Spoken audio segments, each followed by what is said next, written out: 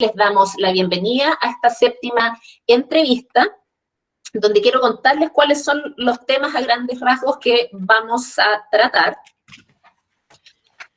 y que básicamente responden a las consultas que ustedes mismos nos hicieron llegar a través del formulario de la página web. Estos contenidos, por supuesto, vamos a hacer un pincelazo al principio para explicar desde cuándo y por qué se reconoce y la Suceso reconoció esta enfermedad de la pandemia como una enfermedad laboral y lo que ello implica. Por tanto, y muy relacionado con lo anterior, ¿cuáles son los beneficios de este reconocimiento y, por tanto, hasta dónde es conveniente mantener una cobertura de las ISAPRES o acogerse al beneficio a través de las mutuales? Algunas consultas que llegaron respecto a cómo se acredita esta causalidad de que tiene un origen laboral. ¿A quiénes cubre? También recibimos muchas consultas, por un lado si indemniza a la familia, pero también si le corresponde a los trabajadores honorarios, a los EDF, a los internos. Algunas consultas de cómo se emiten las licencias y algunos casos más específicos o un espacio para algunas consultas de chat en caso que queden algunas dudas. Así que con eso ya podemos comenzar. Me dicen si todavía admitir, dejo de presentar acá nuestra PPT. Y bueno, se sigue llegando gente y quiero comenzar entonces con darle la palabra al abogado de Falmet para que nos cuente este oficio de la Superintendencia de Seguridad Social que instruyó que los casos confirmados de COVID fueran considerados como enfermedad de origen laboral. Si Jaime nos puede contar cuáles son las implicancias de ese oficio, qué era lo que estaba sucediendo antes y qué vino a hacer este documento de la Suceso. Jaime, por favor. Muchas gracias, Mariela. Buenos días, Pamela, doctor Ilavaca, colegas presentes y sobre todo a los médicos y médicas afiliados a Falmet. Primero que todo, antes de responder la pregunta que me planteas, Mariela, me gustaría hacer una pincelada muy genérica sobre qué se entiende que es una enfermedad profesional, cuál es la norma que lo regula, para que así de a poco vayamos entrando en terreno. Entonces, en primer lugar, tenemos que tener presente que existe una ley que regula de manera específica los accidentes del trabajo y las enfermedades profesionales. Esta es la ley 16.744, ¿ya? Y les digo desde ya, sí, que la Suceso, el 27 de abril de este año, emitió un dictamen a través del oficio 1482, en el que se consagra al COVID-19 como enfermedad profesional para los trabajadores de los establecimientos de salud. Eso hay que tenerlo muy presente y es sobre lo que nos vamos y es en lo que nos vamos a enfocar hoy día. Bueno, volviendo a esta ley, ¿qué es lo que hace esta ley? Esta ley se preocupa de la prevención de los accidentes del trabajo y enfermedades profesionales. También nos dice qué es una enfermedad profesional, qué es un accidente laboral. Contempla la existencia de un seguro que opera cuando una enfermedad se califica como profesional. Nos dice qué organismos son los que se hacen cargo de este seguro y también, muy importante, establece mecanismos de solución de conflictos cuando no hay claridad del origen de la enfermedad, es decir, si es que no se sabe si es de origen común o profesional. Los requisitos entonces para que opere el seguro, que es lo más importante para el día de hoy, a propósito de esta ley, es que exista un contrato de trabajo, ¿cierto? Pero además se contempla que este seguro beneficia a otros casos, como que es seguramente el de la mayoría de ustedes, que son seguramente funcionarios públicos, ¿ya? Así lo establece la ley de manera específica, la ley 19.345. También se cubre las enfermedades profesionales para los trabajadores independientes. Ahora, el requisito que establece la ley es que la enfermedad se contraiga como consecuencia directa del trabajo. Pero existe a la vez una tipificación de enfermedades profesionales. Existe una norma que dice todas estas son enfermedades profesionales y ese listado se actualiza cada 3 años. Por eso es muy interesante que la Suceso haya sacado este oficio, este dictamen, porque el COVID-19 no está dentro de esa nómina de enfermedades profesionales, y además este oficio dice, esta enfermedad es profesional para los funcionarios de los establecimientos de salud, de una manera muy genérica. Ahora, ¿qué organismos se hacen cargo? ¿Quiénes cubren? ¿Quiénes operan cuando existe una enfermedad profesional? Bueno, existe, por un lado, la mutual, las mutualidades, y por otro está el Instituto de Seguridad Laboral, sobre lo que se va a referir más en profundidad el doctor Ilavaca, ya que él es un experto en el tema. Entonces, ya haciendo como un redondeo, tenemos que la ley protege a los funcionarios, a los trabajadores, en 3 distintos aspectos. En la prevención, además en las prestaciones médicas y económicas. ¿Qué cubre el seguro? Esa pregunta es muy importante, porque el seguro cubre todas las prestaciones médicas. Estas se otorgan gratuitamente por el organismo administrador respectivo. Eso, por favor, que no se nos olvide. Además, se consagran ciertas prestaciones económicas, como el pago de la licencia médica ante una incapacidad temporal de poder trabajar. Pero también existen indemnizaciones y pensiones ante una incapacidad permanente. Y así también existen pensiones de sobrevivencia ante la muerte, que se puede producir producto de un accidente del trabajo o enfermedad profesional.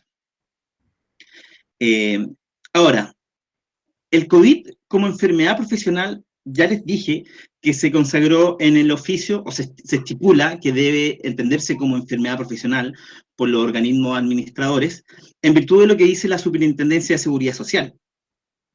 ¿Y por qué es importante? Porque la Superintendencia de Seguridad Social es la que tiene la voz en esta materia. Si hubiese un conflicto entre una mutual y una ISAPRE de calificación del origen de una enfermedad, es la Suceso quien resuelve ese conflicto. Ahora les voy a leer la parte del oficio que dice esto, ¿ya? Dice, tratándose de trabajadores que se desempeñen en establecimientos de salud, que sean diagnosticados con COVID-19 o determinados como contactos estrechos, dichos casos deberán ser calificados como de origen laboral por el respectivo organismo administrador. Es decir, se consagra una presunción legal que obliga a las mutualidades a tratar al profesional diagnosticado por COVID-19 y o que sea determinado como contacto estrecho como enfermedad profesional. Es decir, abarca una generalidad, casi todos los casos, y le quita el peso de la prueba de que la enfermedad es de origen profesional al diagnosticado, siempre y cuando sea funcionario de salud. Es muy interesante este dictamen porque viene a cambiar lo que había dicho en un comienzo la Suceso. En un comienzo la Suceso dijo que se tenía que proceder de la manera tradicional para calificar el origen de la enfermedad. ¿Qué significaba eso? Que se hubiese producido un conflicto gigante entre las ISAPRES, las mutuales, porque habría sido de interés de ellos negar, por un lado, la ISAPRE habría dicho, no, esto no es enfermedad común, es enfermedad profesional, que responde a la mutual, y la mutual seguramente habría dicho, no, ¿sabe qué? Yo no puedo determinar qué es enfermedad profesional, que se haga cargo de la ISAPRE.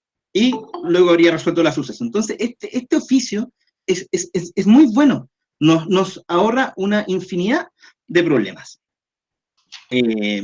Ahora entonces creo que yo ya terminé con lo que iba a exponer a priori, luego vamos a ir viendo las preguntas, los casos, con el doctor Ilavaca, así que le doy el pase a él ahora. Sí, doctor Ilavaca, si usted nos puede contar efectivamente cuáles fueron, qué es lo que vino a agregar o cuál es el beneficio o el problema que vino a resolver el oficio, doctor. Muchas gracias.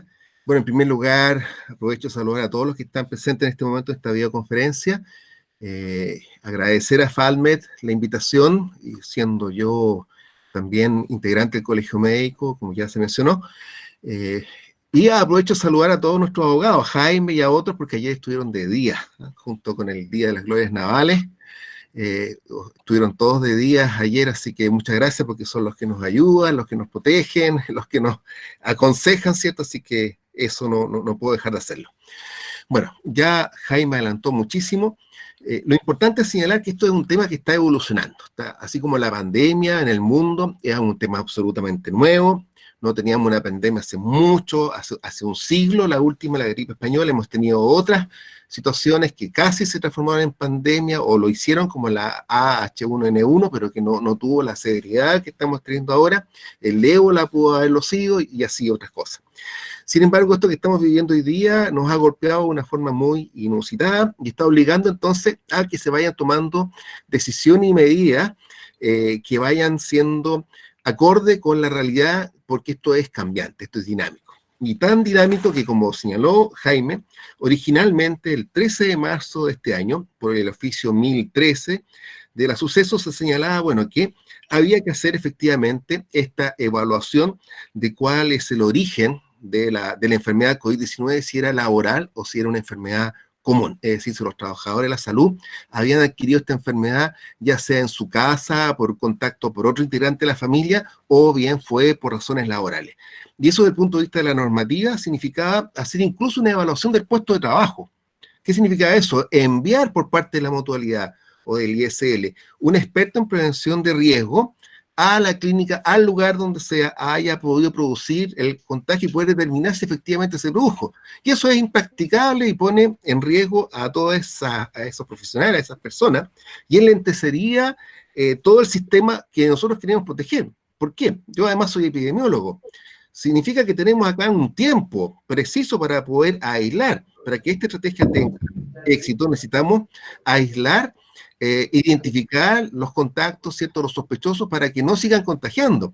Y si nosotros nos metemos en una dinámica en que hay que hacer una evaluación para determinar si o no laboral, y no tomo entonces las medidas, entonces estamos exponiendo mayor riesgo a mucha más población y una cosa exponencial que por supuesto es la que se quiso evitar. Y que, bueno, hoy estamos viendo una situación que un poco habla de ese hecho, ¿cierto?, cuando se quería aplanar la curva.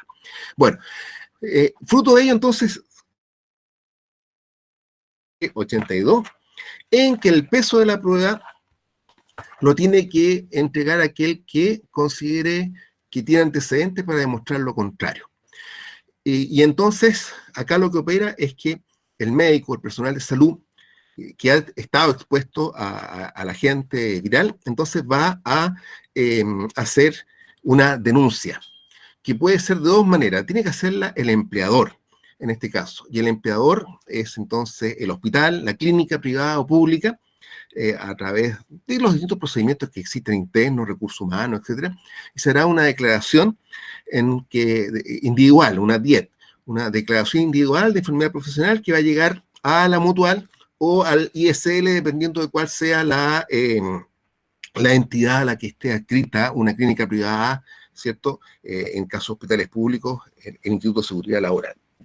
Y entonces se le asignará, se le dirá, vaya a tal lugar. O bien, el paciente, el trabajador, irá de mutuo propio a un centro de atención de las distintas tres mutualidades que existen, ciertos administradores de la ley, la Católica o el COELCO, o el caso del ISL, al prestador asignado en convenio, y se presentará, y estos establecimientos no le pueden negar la atención, porque estamos en una situación además de pandemia que ha sido dictaminado también por la Superintendencia de Salud, que hay otra entidad de la Seguridad Social que está interviniendo. Y de esa manera, entonces, esto se hace mucho más expedito y permite entonces proteger a la población y también poder aislar y evitar el riesgo epidemiológico, porque esto no solo se refiere a las personas que se afectan, que están enfermas, que se enferman, ¿cierto?, como ya lo señaló Jaime, sino que también a los casos de contacto estrecho que tenemos que aislarlo a objeto de prevenir el contagio de otras personas. Y para eso entonces opera la licencia médica que se le debe entregar a esa persona para que esté aislado y además que tenga un seguimiento epidemiológico con llamadas telefónicas cada 3 días para saber cómo evoluciona y poder liberarlo y queda libre entonces cuando ya ha cumplido los 14 días de esta cuarentena, este aislamiento, para evitar entonces que contagie a otras personas y se tenga entonces la cautela de proteger la salud de todo el resto, este bien público que se quiere proteger. Entonces, de esa manera opera esta nueva regulación y que es extremadamente importante más porque tiene otras implicancias de salud pública.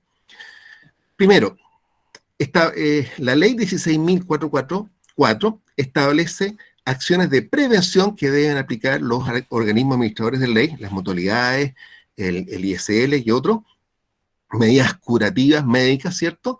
Y finalmente medidas económicas. En las preventivas hoy día, las mutualidades y el ISL pueden entregar mascarillas, alcohol gel, pueden entregar guantes, etcétera, elementos de protección personal que antes no estaban obligados a hacerlo en este tipo de situaciones. Entonces, medidas de prevención, educación, campañas de educación que necesitamos entonces para que nuestra comunidad esté más sensible, que hagamos más caso.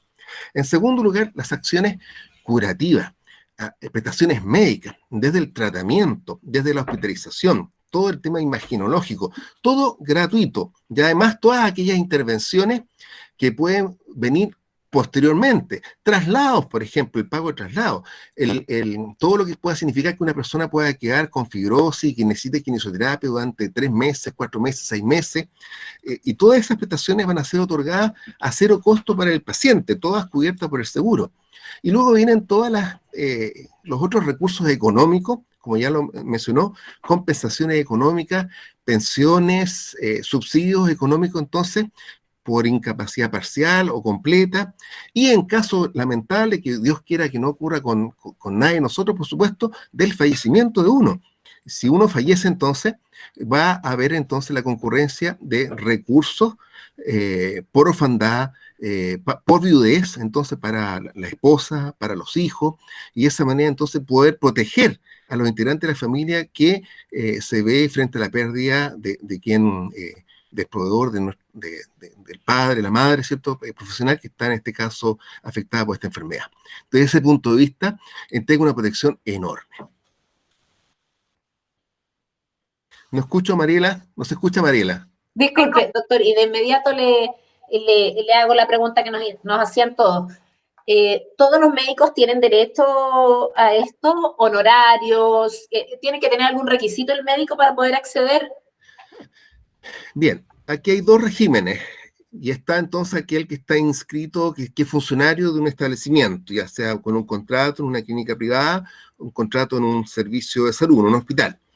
Pero aquel médico que boletea, muchos podemos estar en esa condición, entonces en ese caso el médico es un trabajador independiente. Y si es independiente, entonces está cotizando a través del ISL, Instituto de Seguridad Laboral, por tanto por el administrador de la ley del Estado. Y este administrador de la ley tiene establecimientos en convenio para dar esas prestaciones. Entonces, en la práctica, todo trabajador hoy día está protegido por esta ley, en el caso de una enfermedad profesional como ha sido declarada el COVID. Me gustaría añadir algo, Mariela, que en el caso de los funcionarios honorarios es importante saber qué es lo que dice el convenio en sí. Y de todas maneras, cuando alguien se ha diagnosticado de COVID, tiene que ver la tramitación directamente con la persona de recursos humanos, el prevencionista de riesgo respectivo, para que lo tengan presente. Ellos son los que tienen que tener la claridad y deben seguir los protocolos internos del establecimiento. Justamente, Jaime, quería consultar, ¿basta con dar positivo para que COVID-19 sea considerada como una enfermedad profesional? Sí, sí, el oficio es muy genérico, es muy amplio, no hace una distinción de ningún tipo. Únicamente dice funcionarios, o sea, trabajadores de establecimientos de salud que sean diagnosticados por COVID-19 o que sean calificados como contacto estrecho, se entiende que se califica como enfermedad profesional.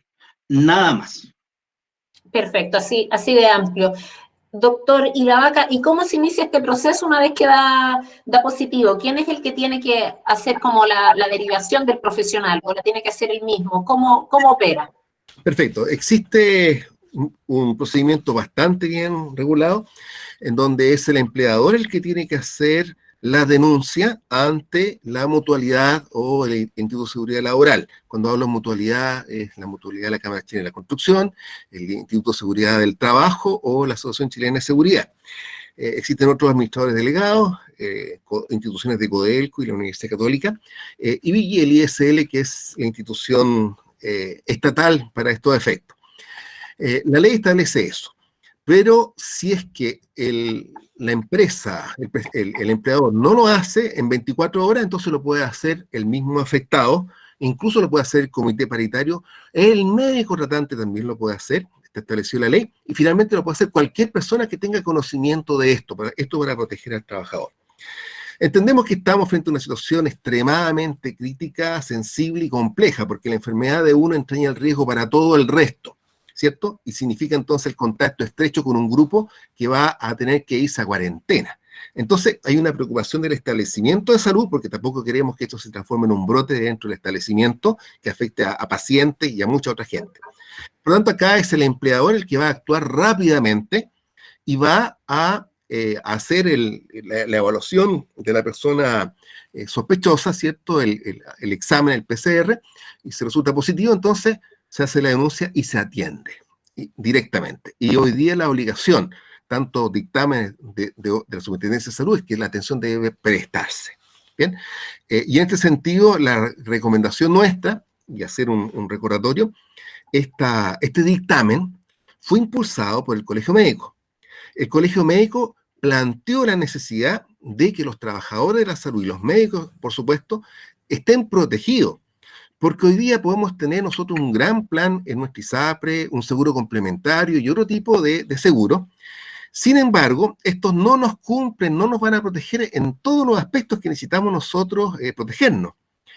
Y ya les mencioné el tema del fallecimiento, el tema de las indemnizaciones por discapacidad que podamos tener, que son 52 semanas y se pueden prorrogar por 104 semanas, donde vamos a quedar protegidos en forma automática. Y eso a cero costo de nosotros, sino que directamente pagado por esta ley, por este seguro. Entonces, desde ese punto de vista es extremadamente importante.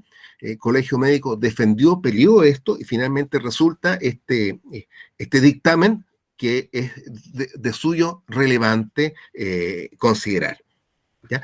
Y bueno, y por supuesto, en caso que no lo haga el establecimiento, lo hace el médico. Y esto particularmente los médicos que trabajan boleteando y que pueden estar en una consulta privada, por ejemplo, dedicado a ello, y si boletea y no tenemos un empleador, que no somos más que nosotros mismos, entonces somos nosotros los que tenemos que hacer la denuncia o directamente acudir a un centro de atención de la mutualidad en la cual estemos adscritos o al ISL, prestadores en convenio. Perfecto, muy aclarador, doctor. Al abogado, aprovecho unas consultas que llegaron al chat y que son muy ad hoc a lo que estábamos consultando, confirmar si algo que tú dijiste, pero dejarlo meridianamente claro, no depende entonces de la especialidad, ni si el médico estaba en primera línea, atendiendo directamente, y lo segundo es si tiene un plazo esto. Una vez que se enferma, tiene un plazo para acreditar o para mostrar que era positivo y por tanto que puede tener que se le debe reconocer la enfermedad como profesional. Ya, en primer lugar, el oficio de nuevo no distingue nada, es muy genérico, eso significa que abarca todas las especialidades, cualquier función que se desarrolle dentro del establecimiento de salud también. Al no distinguir la ley, no nos toca a nosotros hacer esa distinción, ¿ya? Lo otro, el plazo para alegar la existencia de la enfermedad profesional, la ley establece un plazo de 6 meses para reclamar que la enfermedad es profesional. El oficio no menciona nada respecto a este plazo, entonces aplica la normativa genérica. porque bien puede ser que la persona no sepa que está enferma o sea diagnosticada más adelante cuando ya esté más grave, entonces no hay problema con eso. Ah, perfecto. Quiero agregar además que sobre el tema de los plazos, hay un dictamen también de la Suceso en el sentido de eliminar los plazos para facilitar toda la tramitación que tenga que ver con la seguridad social, pensando en todas las dificultades que hay frente a la pandemia. Eso que es un elemento adicional respecto a lo que señala Jaime. Doctor, ¿se refiere usted al tema del plazo para presentación de licencias también? Porque eso igual hay claro, un dictamen que dice que... Exactamente. Sí, Porque es muy bueno también. en una circunstancia muy compleja en que la situación presencial, poder llegar los antecedentes, se complejiza en todo sentido, entonces para trámites de carga familiar y de muchos otros beneficios sociales, se ha establecido la eliminación de los plazos. Perfecto, doctor, qué bueno saberlo. Abogado, otra vez, para contestarles a todos los que nos hicieron su consulta. Esto corre también para un médico que se enferma en su consulta privada y además, si más bien el médico tiene tareas administrativas, por ejemplo. Nuevamente, el oficio no distingue, entonces se entiende que opera para todos los casos. Independiente del establecimiento de salud, qué tipo sea, da lo mismo. Cubre. Perfecto, gracias. Doctor Ilavaca, una consulta. Aquí se la leo textual como la recibimos. ¿Qué beneficios tiene para el funcionario adquirir una enfermedad o que se le reconozca una enfermedad profesional versus una enfermedad de morbilidad típica, digamos, si en el fondo la enfermedad sería la misma? ¿Por qué es más beneficioso que se le reconozca como profesional? Bueno, siempre es importante reiterar las cosas, así que aprovechemos, pues ya lo habíamos comentado. Lo importante es que esta ley, en primer lugar, este dictamen, que se reconoce como enfermedad profesional, el COVID-19, es un tremendo aporte y fue defendido, peleado por Colegio Médico justamente porque se pretende proteger. Hay muchos aspectos inusitados que no sabemos lo que puede ocurrir. Hay una casuística, hay situaciones en que tenemos la estadística de lo que pasó en España, en Italia, en que un número importante de médicos y de personal de salud falleció producto de esta enfermedad. Y por lo tanto, necesitamos la protección para que nuestros trabajadores, nuestros profesionales, nuestros médicos participen tranquilos de este esfuerzo heroico que se está realizando en este momento, exponiendo sus vidas. Y desde ese punto de vista, esta protección es algo muy relevante. Y quiero ser muy, muy enfático. Acá en este momento significa la protección en 3 órdenes. El preventivo, obviamente, que ya, si estamos enfermos, ya pasó. Pero el curativo, respecto a las prestaciones médicas, significa 0 costo para el trabajador, 0 costo para el profesional. En cualquier seguro va a existir algún nivel de copago. Entrando a una UTI, a una UCI, vamos a tener también un costo, no obstante que hayan recursos, puede entrar el CAEX, ¿cierto? Puede entrar el seguro complementario que tenga el médico contratado, pero siempre pueden haber prestaciones que no estén del todo, digamos, respaldadas. Y luego vienen las prestaciones económicas, en caso de tener una invalidez, de tener una situación en que no se pueda trabajar, ¿cierto? Impedimento de esta naturaleza, o bien en caso de la muerte de nosotros. Eso no está tan bien cubierto y por lo tanto existe esa protección. Entonces, desde ese punto de vista, es del todo conveniente participar a través de esta ley para nuestra atención, para todo el proceso. Debemos recordar que no es solamente la etapa aguda. Las hospitalizaciones pueden ser de un mes, pero posteriormente el paciente queda con secuelas, queda con problemas respiratorios.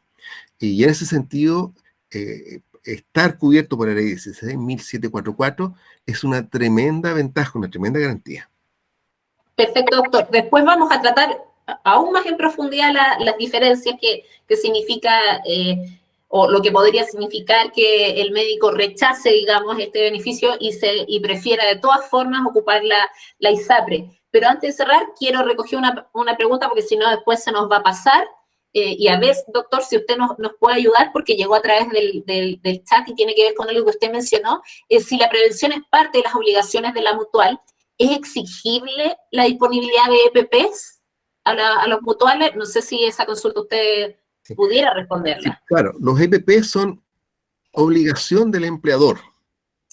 Lo establece la ley laboral, lo establecen distintos otros decretos y finalmente ahora lo que se planteó fue que las mutualidades están autorizadas por parte de la suceso para que otorguen también estos elementos, dada la situación de escasez, de dificultad que existe en este momento en el mercado por ello, ¿ya? Ese es un dictamen reciente, es el dictamen del 31 de marzo del 2020, oficio 1239, específicamente para tener los antecedentes. Pero la obligación es del empleador otorgar todos los elementos de protección personal. Me gustaría Muchas gracias, doctor. Me gustaría añadir, perdón, Mariela, justamente en este punto, que tengamos presente que la responsabilidad de la protección de la vida y salud del trabajador es del empleador. Y como bien dijo el doctor Ilavaca, en este caso se permite únicamente, producto de la escasez, que las mutuales o el ISL aporten con estos EPP, elementos de protección personal, pero solo por la escasez. Y en todo caso, eso no significa que vaya a ser responsabilidad de ellos la entrega.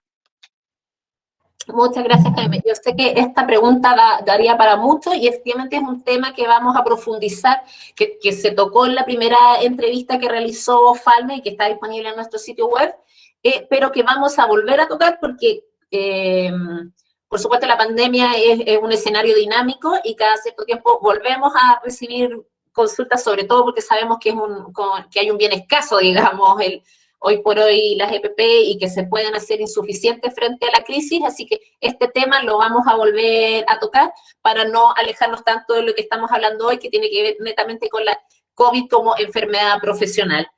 Y entonces con eso yo les quiero adelantar para que las personas que están conectadas ahora sepan, vamos a pasar a un segundo tema que tiene que ver con profundizar efectivamente qué es lo que puede significar o cuáles son los beneficios que los hemos tocado ya, pero por qué muchas preguntas nos llegaban respecto a que quieren o preferirían la opción de la ISAPRE, digamos, la cobertura del ISAPRE. Luego vamos a hablar un poquito sobre cómo se acredita esta enfermedad, si todavía hay que acreditarla, que también ya se ha mencionado, a quienes cubre, sobre la emisión de licencia y aclarar algunos casos más específicos. Entonces, vamos de lleno a la consulta, y esto se lo quiero consultar a ambos, que en pocas palabras, yo sé que ya lo han dicho, pero ¿cuál es la diferencia entre la cobertura de la mutual y la cobertura de la ISAPRE? ¿Quieres comenzar, Jaime, o le damos la palabra primero al doctor? ¿Démosle al doctor? Doctor. Bueno, gracias. Lo que abunda no daña. La ISAPRE, muchas veces existe una gran variedad y ese es el problema de las ISAPRE. Yo trabajé en la Superintendencia de Salud 11 meses, los conté exactamente. Así que conozco yo esa realidad. Existe una gran variedad de planes, muy diversos, con distintos niveles de aseguramiento hacia la persona, el profesional en este caso. Existen seguros complementarios, etc. Sin embargo, siempre hay porcentajes variables de copago y a partir de cierto momento en que hay que pagar todo el resto, es un deducible y para adelante todo es por cuenta de uno. Entonces, en una situación como esta, de una enfermedad que tiene una gran variedad de evolución, de posibilidades, desde tener solamente un cuadro leve, ¿cierto?, a tener algún nivel de complicación, pero que no requiere hospitalización, hasta finalmente tener que estar interno durante un mes con ventilador mecánico invasivo, ¿cierto?, en una UCI, y quedar después con secuelas. O lo peor que no quisiéramos que ocurriera, que significara un fallecimiento. Entonces ahí tenemos todas las prestaciones al caer como enfermedad profesional y cubierto por la ley 16.744, están al 100% cubiertas por esta ley. No hay gasto para el paciente, incluso hasta los traslados Si hubiera que requerir algún tipo de implemento de elementos para poder respirar, todo lo que, si requiere tener oxigenoterapia ambulatoria en el domicilio, por ejemplo, todo eso va a ser cubierto por la ley. Por tanto, no hay costo para el trabajador, para el médico entonces afectado por esta enfermedad, si está cubierto por la ley 16.744. Y por ISAPRE entonces va a tener que someterse al contrato y a todos los vencimientos de estas cláusulas económicas que se adquirió. Y pudieran no estar todas estas prestaciones cubiertas. Y finalmente las económicas, que son muy relevantes y que se ha querido cautelar, en el sentido de, en caso de una invalidez parcial o permanente, o en el caso del fallecimiento, para poder proteger a los hijos que queden huérfanos, por supuesto, y a la viuda, al cónyuge o al viudo. Doctor, pero, sí, estoy con micrófono, sí. Doctor, pero eso significa necesariamente que el médico queda en manos de la derivación, digamos, que le corresponda. No puede hacer la libre elección como es en las ISAPRES, ¿no es cierto? Efectivamente, acá, como ya está establecido cuál es el régimen para esta enfermedad, pero tiene que concurrir entonces que el médico haya presentado esta denuncia, ya sea por parte del empleador, y si no lo hace el empleador, el médico. Y si es un médico honorario que boletea, que anda cierta forma libre trabajando, el mismo se presenta y solicita entonces esta atención a través de una denuncia de enfermedad profesional. De lo contrario, si no hace la denuncia, cae por ISAPRE, y la ISAPRE podrá decir, bueno, si hay una declaración, cómo ocurrió la enfermedad, la ISAPRE podría decir, bueno, esto es una enfermedad profesional y corresponde entonces que sea visto en el sistema laboral, ¿cierto? Entonces, ahí hay también un riesgo para el profesional. Y hay un aspecto legal que es la automarginación. Y ahí yo le cedo la palabra a nuestro amigo Jaime Venegas. Muchas gracias, doctor. Sí, la automarginación es una situación muy especial en la que, no obstante ser la enfermedad calificada como profesional, el afiliado prefiere atenderse con la ISAPRE, o sea, no con la ISAPRE, pero ir al establecimiento que él quiera, y no hacer uso de las prestaciones que otorga el seguro de salud por enfermedad profesional. Y en este caso se produce la siguiente situación. Va a operar entonces el plan de salud de la ISAPRE, al menos eso es lo que sostenemos nosotros, y eso es lo que ha dicho la Suceso en otros dictámenes para otras enfermedades. No se ha pronunciado en particular sobre el COVID-19, no ha dicho qué pasa en esta situación, pero debería operar lo mismo.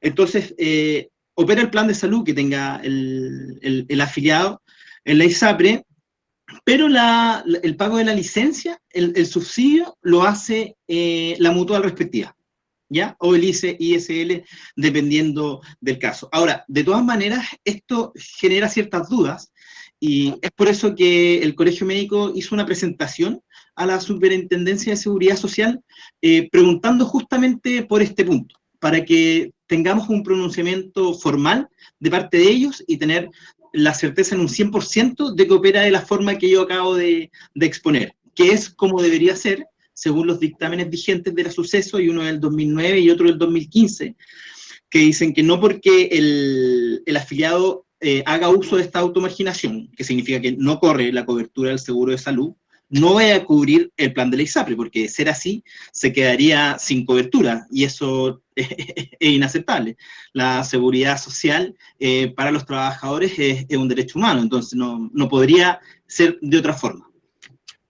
Jaime, pero me quedó un poquito la duda, si nos puedes aclarar bien qué es, que ¿la automarginación es algo que opera libremente o tiene que hacer algún documento? Yo rechazo este beneficio, porque si no, ¿qué pasa? La ISAPRE también, en el fondo lo que decía el doctor, puede terminar en esa situación que no queremos, como dices tú, que la ISAPRE lo rechace, pues si, bueno, usted no se acogió, no aprovechó, pero no es mi problema, esto era laboral, no tengo por qué cubrírselo. Sí. Usted no me avisó, no sé, ¿tiene que hacer algo el médico? Tiene efectivamente que hacer esta declaración ante la ISAPRE, seguramente van a tener un formulario a disposición para la gente que se quiera automarginar. Hasta el día de hoy no nos han llegado casos de este tipo, no hemos tenido a la vista algún formulario, es probable que existan, esperemos que no nos lleguen casos de ese tipo, porque como bien ha dicho el doctor Ilavaca, y hemos sido bastante majaderos en el tema, a todas luces lo más conveniente por todos lados es acogerse al seguro, o sea, de eso no hay duda alguna, por todo lo que cubre, por las coberturas. Entonces, efectivamente, el EXAPRE debería hacer firmar algún tipo de documento al afiliado que quiera automarginarse. ¿Por qué? Porque si no es así, opera la norma contenida en el artículo 77 bis de la ley, que obliga a la ISAPRE a derivar los antecedentes a la mutual analiza el caso, la mutual se hace cargo de las prestaciones, pero mientras se puede discutir el origen de la enfermedad, y todo esto es lo que viene a solucionar el oficio, de nuevo. El oficio permite que no se tenga que discutir el origen, la calificación de la enfermedad, y eso de verdad es un avance gigante. Doctor, gracias Jaime. Doctor Ilavaca, pero yo voy aquí ser pesada, majadera, haciendo esta pregunta de nuevo, lo que me toca, pero, y por las preguntas que nos van llegando, entiendo que pasa un poco como gente que a veces desconfía de un sistema y dice, bueno, pero es que no quiero atenderme según lo que ellos digan, quiero elegir yo. Por ejemplo, una doctora en el chat nos dice, trabajo en tal parte, en tal clínica, y quiero atenderme ahí. Si estoy ahí, entonces, ¿pierdo los beneficios del seguro? A ver, en primer lugar, existe, es más legal la pregunta.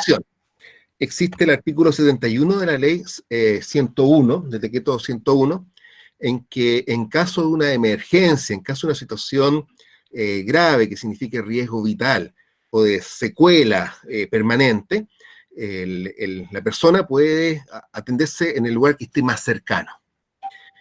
Pero una vez que se haya resuelto esta situación de urgencia, el paciente va a tener que ser trasladado al prestador que corresponda de acuerdo a la condición de la enfermedad, y en este caso, siendo el COVID-19 una enfermedad reconocida entonces como profesional, laboral, entonces tendrá que ser derivado al administrador de la ley correspondiente, una vez que el médico también dé la autorización, el médico tratante, ¿de acuerdo? Eso es una situación que aprovecho de comentarla, porque puede ocurrir. Pero en este caso también, cuando la persona ingresa y se comienza la atención, se tiene que llenar un documento en que, en caso de que se resuelva que su enfermedad no sea laboral, entonces va a tener que los costos ser derivados a su seguro de salud. Por lo tanto, la persona tiene que tener muy presente esto, si escoge ir a su seguro de salud y tratarse como enfermedad común, y contemplar entonces lo que acaba de señalar Jaime desde el punto de vista legal, que significa este procedimiento de automarginación, ¿bien? Del cual yo por lo menos no tengo una experiencia concreta de cuáles pueden ser los resultados de ello, y por lo tanto esto es un tema de una decisión personal. La recomendación que hacemos, y Colegio Médico por eso lo defendió, es que esto fuera reconocido como una enfermedad profesional, cosa que ya se logró, y es un beneficio que a todas luces tenemos que aceptar y aprovechar, ¿ya? No aprovechar en sentido cierto negativo, sino que, y además es un tema de salud pública, o sea, es bien utilizar, porque tenemos recursos que están en esta ley, que están aportando además al esfuerzo país para actuar frente a esta epidemia, ¿cierto? A esta pandemia terrible. Entonces tenemos que utilizar todos los recursos, y están los recursos que están en esta ley, y por lo tanto ahí tenemos entonces una muy buena oportunidad por todo lo que ya hemos señalado. Me gustaría añadir, Mariela, aprovechando que el doctor habló del tema de la situación consagrada en el artículo 71 letra E, producto de que esa norma está pensada más para un accidente del trabajo y para un caso de urgencia, cuando un centro hospitalario, una clínica está más cerca de donde ocurre el accidente. Ahí opera el artículo, la persona va a esta clínica, por ejemplo, se atiende, luego se califica como accidente laboral o enfermedad profesional y opera el seguro. Entonces, el Colegio Médico planteó la consulta a la Suceso también, en este ingreso que se hizo durante esta semana, de si para efectos del COVID-19, de una persona que no haya sido diagnosticada y que luego de una semana, 10 días, empieza con síntomas de gravedad, sí que también sería aplicable esa norma, ¿o no? Entonces, nosotros creemos que sí, pero tenemos pendiente la respuesta de la Suceso sobre el caso. Justamente. Gracias, Jaime, justamente. Yo estaba apuntando en esa situación, porque obviamente ahí estamos enfrentando una situación de emergencia. Aquí el paciente médico que está en su casa y que se agrava rápidamente, entonces, bueno, ¿a dónde voy? ¿Cierto? Entonces, efectivamente, y dada esta pregunta que hacía la colega, entonces, justamente para señalar que existe esta vía y que después, bueno, hay que resolver de todas maneras a dónde se lleva, según lo que establezca la ley, según cuál es la calificación de la enfermedad, que en este caso ya sabemos es laboral.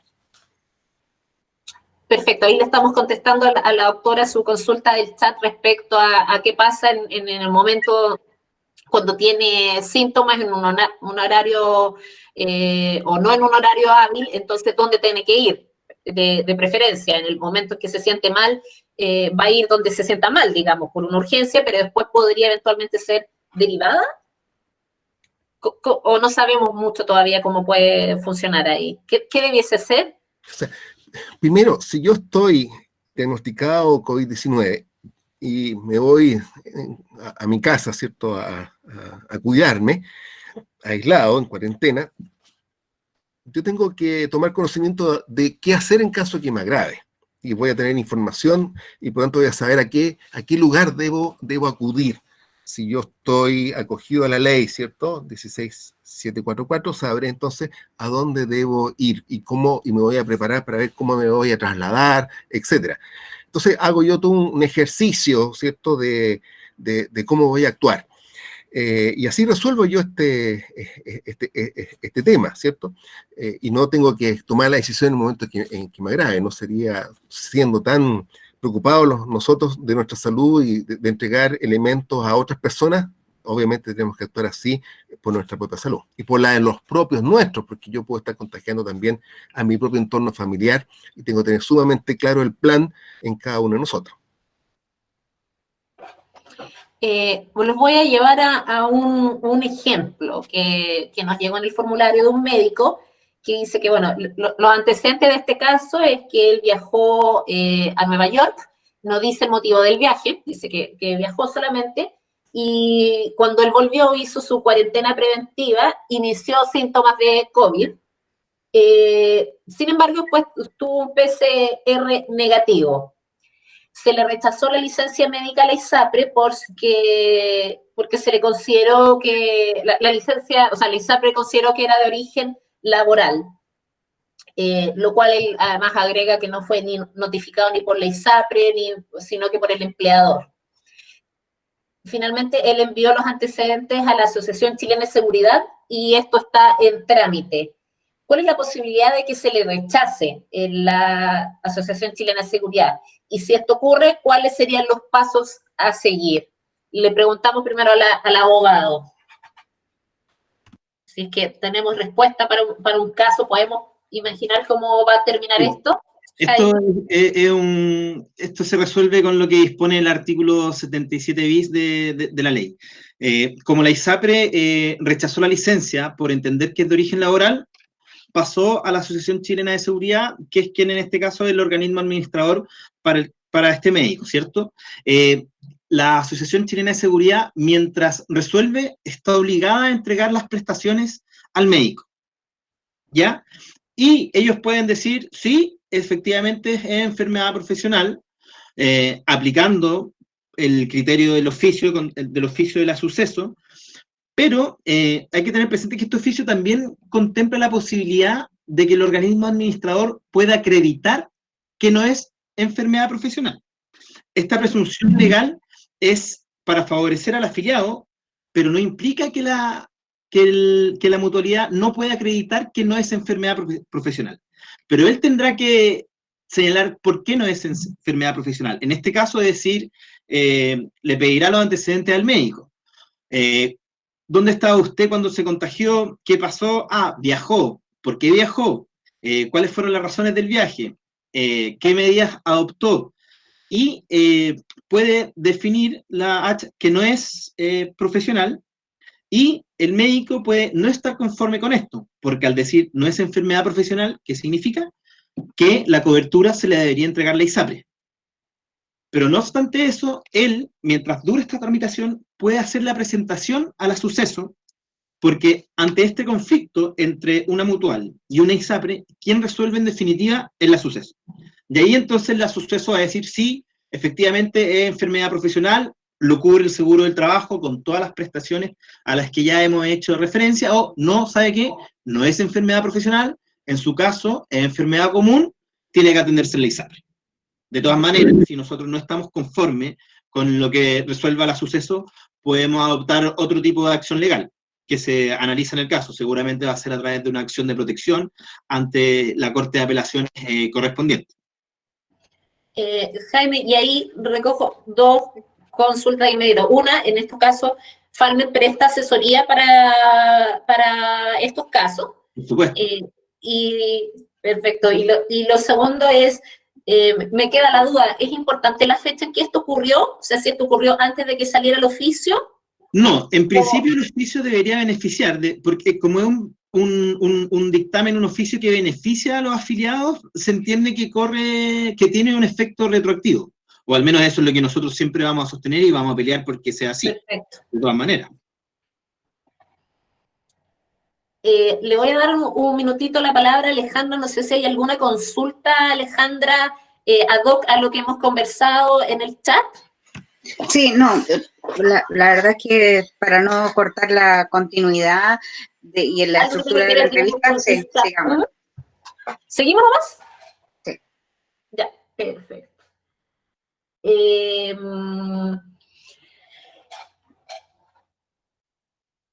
Bueno, aquí había una pregunta, claro, ¿la ISAPRE puede asumir sin cuestionamiento que no es de origen laboral y por tanto cuestionar la cobertura? ¿No podría cuestionar la cobertura? Bueno, eso lo respondimos recién, efectivamente, ¿no es cierto, Jaime?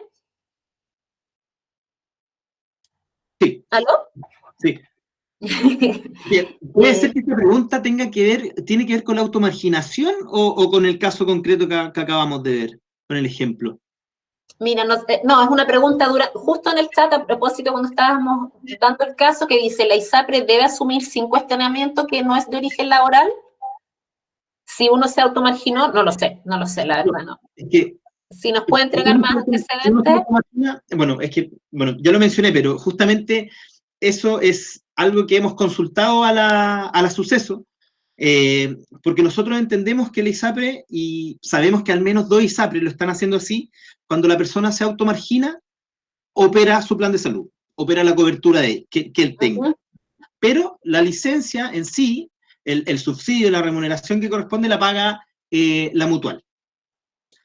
Porque eso ha sido así hasta la fecha en virtud de otros dictámenes de la suceso. Pero nosotros, de todas maneras, para tener certeza de que sigue siendo así, hemos hecho la consulta a la suceso por vía formal, pero ya sabemos que hay 2 ISAPRES que están obrando de esta misma forma.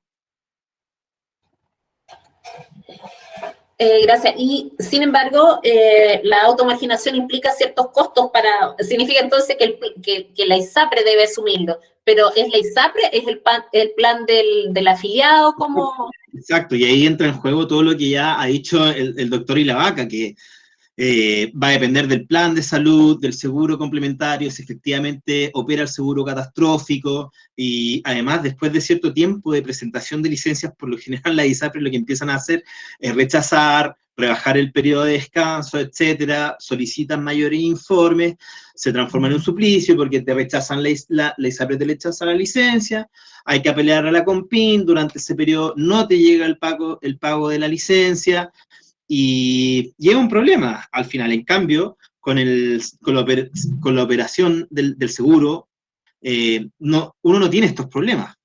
El pago llega cuando corresponde. Además, como bien dijo el doctor, existe un plazo bastante amplio por el que se otorgan las licencias sin problemas, 52 semanas, que son prorrogables por 52 semanas más.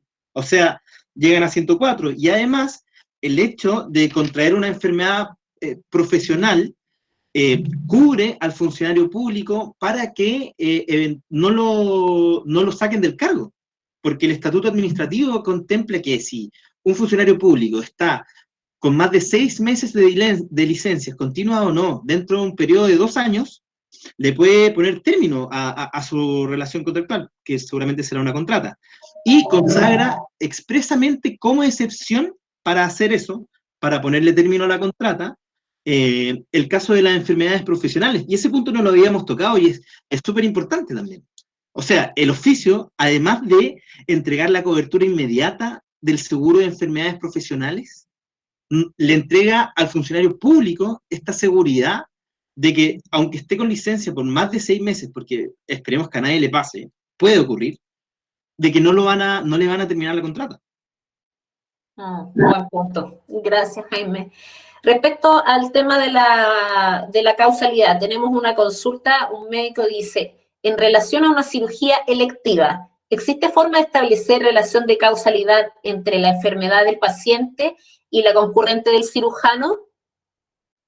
Me imagino que esa pregunta me la destinas a mí, y efectivamente acá, en una situación normal, y no lo que estamos viendo, se debe hacer una evaluación de causalidad, de un principio epidemiológico, Dolly Hill, ¿cierto? Son 9 los principios, para poder considerar que una enfermedad, que un factor de riesgo sea causa y provoque el efecto de la enfermedad. Sin embargo, este dictamen 1482 de fines de abril establece que se da por establecido que es de causa laboral. Bien, y por lo tanto, independientemente, es un funcionario de salud que trabaja en un centro clínico asistencial, en un CEFAN, en un hospital, en una clínica, independiente si está operando, si está atendiendo pacientes en un box, haciendo un procedimiento, va a ser considerado laboral.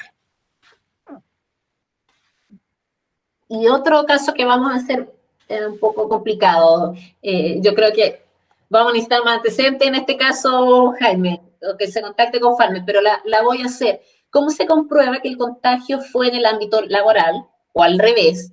Porque en el caso de esta persona que trabaja honorarios, dice que viene pagando sus cotizaciones parciales, ¿qué mutualidad le corresponde? Lo pregunto porque cuando consulté hace unos días, mi RUT aparecía como sin cotizaciones y por ende sin cobertura de mutualidad, siendo que sí pagué las cotizaciones de este año y el anterior. Ya, habría que revisar en primer lugar el convenio de honorarios del médico en este caso, para ver si establece algo en particular. De ser así y no estar pagadas las cotizaciones, tendríamos nosotros que comunicarnos de inmediato con el Departamento de Recursos Humanos del establecimiento y si no contempla nada, cubriría el Instituto de Seguridad Laboral, porque se entiende que es un trabajador independiente. ¿Sí o no? Quisiera agregar a esto que la ley establece que la mutualidad tiene que otorgar las prestaciones mientras hace la verificación de los antecedentes.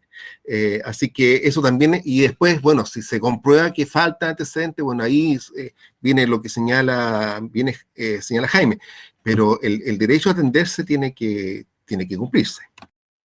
Mariela.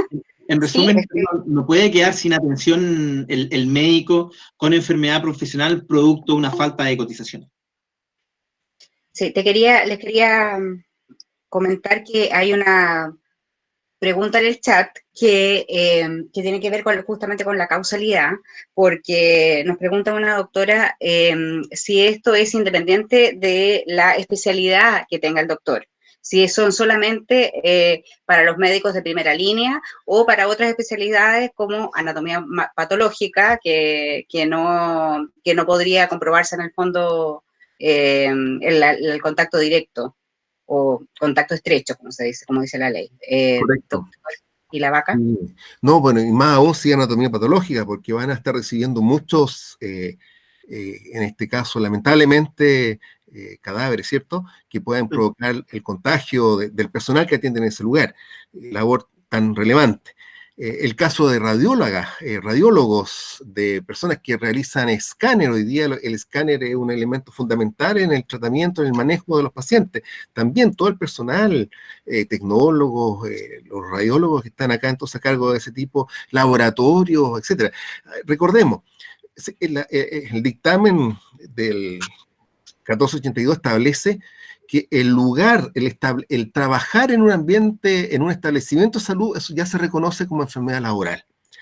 Y puede ser producto de haber estado en reunión con otros colegas, por haber estado atendiendo pacientes, por haber estado realizando procedimientos. Entonces, en todo ese ámbito va a ser reconocido como laboral, independiente de la especialidad, etc. Ahora, una cosa muy importante que no hemos comentado, está el relato de cómo se produjo el contagio. Entonces, eso también es muy importante en el caso de que la mutualidad o quien corresponda quiera decir no es una enfermedad laboral y corresponde ser atendido en este otro lugar. Entonces va a depender de qué es lo que se diga, de qué es lo que se declare.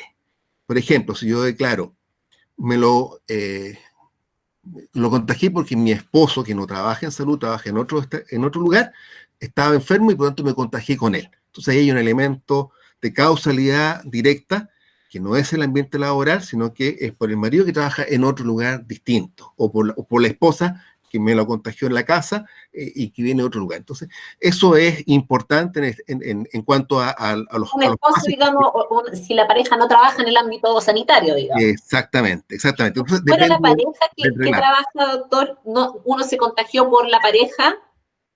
O sea, perdón, sí, claro. O al revés, más fácil la pregunta. Un médico que contagia a su familiar, ¿el familiar tiene también algún beneficio también se reconoce como enfermedad laboral o aplica su ISAPRE o su propio seguro médico, digamos? El asegurado es la persona, el trabajador que trabaja en un establecimiento de salud o actividades de salud. Los integrantes de la familia es otro carril. ¿Bien? Sería enfermedad común, no es laboral. O sea, mis hijos no trabajan en una institución de salud. Mi esposa tampoco. Entonces, ahí hay el distingo, y está bien hacer esa precisión para poder comprender. Pero acá lo importante es la declaración que uno haga de cómo ocurrieron la situación. Porque evidentemente que si yo, y más aún porque esto va evolucionando, yo ya tenemos una situación de circulación del virus muy, muy importante y cada vez va a ser mayor en los próximos días. Entonces, si esto ocurre en el establecimiento de salud, es laboral. Pero si yo doy antecedente que yo convivo con otra persona o fui a otro lugar y en ese lugar tomé contacto con alguien que estaba enfermo y que no era el ambiente laboral, yo mismo estoy eliminando la razón para poder ser declarado como laboral y por lo tanto la mutualidad va a poder tener argumentos para decir esto no es laboral. Bien, que era lo que expresaba, el mecanismo que expresaba Jaime.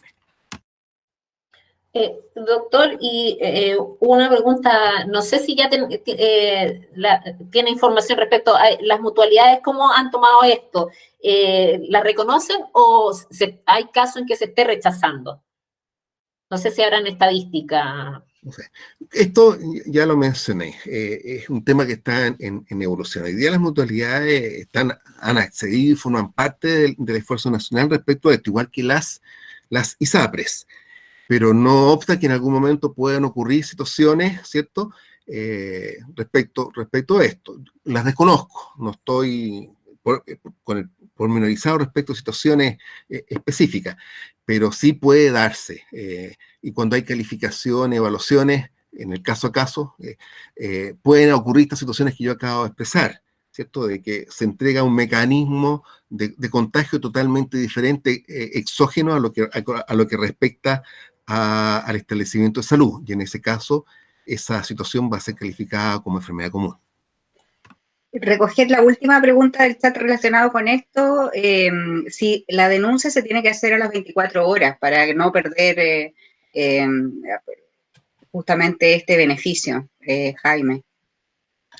En principio, eso es lo que establece la ley, pero no se pierde, no se pierde. Se ha dictaminado que existe una flexibilidad en cuanto al plazo para hacer la denuncia y también para presentar la licencia. Entonces no hay que tener cuidado con ese tema. Además que... ¿Sí, doctor? Termina Jaime, después yo meto mi cuchara. Sí. Así que en principio no, porque ahí la denuncia la tiene que hacer el empleador dentro de las 24 horas, pero también podría ir la persona de mutuo propio directamente a la institución.